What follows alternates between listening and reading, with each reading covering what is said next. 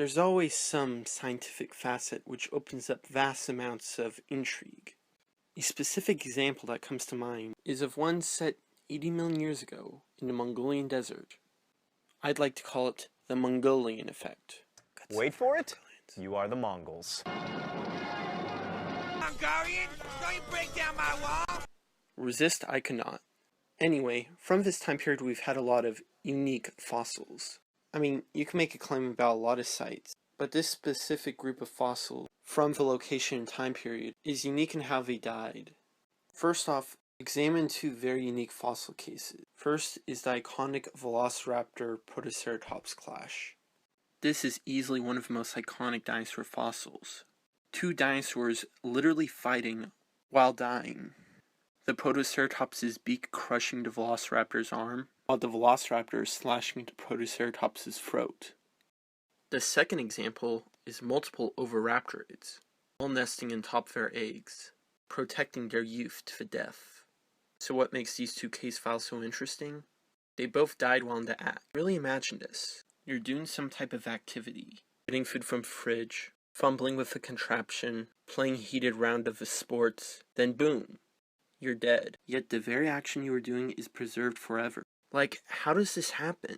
This almost feels like some cartoon logic. Usually when one thinks of a fossil getting preserved, it starts with an organism dying, getting shuffled around, maybe falling apart a little, leaving flimsy remnants. Yet here, we have near complete fossils, partaking in their day-to-day lives. Madness. What makes this approximate time period and location right for these circumstances? Well, one clear clue is how they were preserved. If you note the two fossil examples, as well as various other fossils preserved during the time period, were all preserved in this type of sandstone.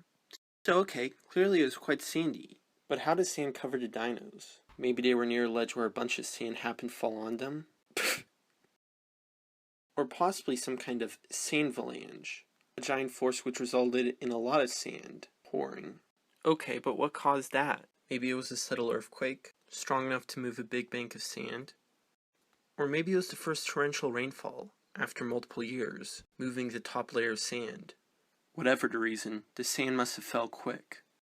As looking at the fossil cases, specifically the Proto and Velociraptor, the event must have been instantaneous. I mean, there's only a certain point while being interlocked in combat, rushing with adrenaline, when you realize, holy shit, there's a giant sand avalanche. Okay, with all these factors considered, then we need to consider, would the amount of sand keep these guys intact, or would the force ultimately push everyone away?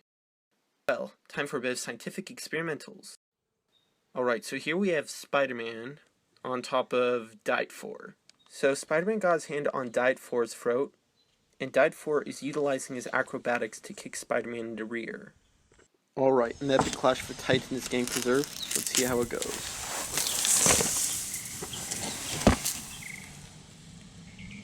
Alright, so removing the sand, we see the force of sand has kept them intact. Still close to their original find position. Definitely shows the sand phalange is likely the culprit for covering these dinosaurs. Can't just sand over these facts. It would be going against the grain. Just gotta sand it. Fuck yeah, that pun was absolutely intended. Word. These special fossils show us a lot. The maternal strength of the Oviraptorids, the ultimate clash for death, and a near instantaneous death by sand. So much to ponder about this place, of what life would have been like. So to what's coming soon. Well, if everything goes right, oh boy, oh, they look like the same as the adults. Hey, goodbye.